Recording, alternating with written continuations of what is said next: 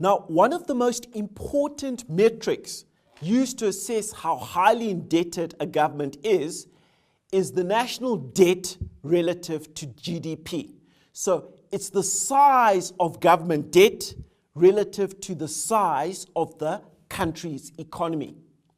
Now, despite good fiscal discipline in South Africa from 1994 to around 2008, there's been poor fiscal management since 2009, resulting in government debt levels as a percentage of GDP increasing from 27% all the way up to 55%.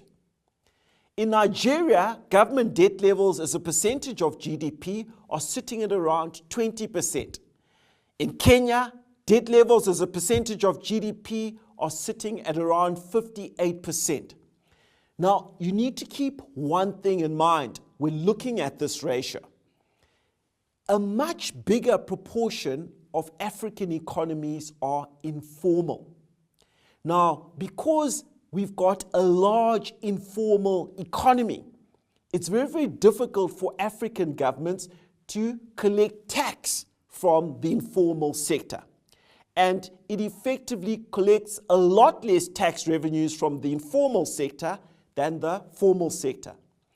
So when African countries compare themselves to developed countries using this ratio, they must remember that their ability to collect taxes in their economies is not as great.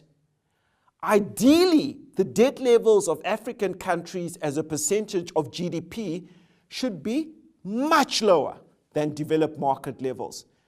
That's because a significant proportion of our economy is informal and difficult to tax.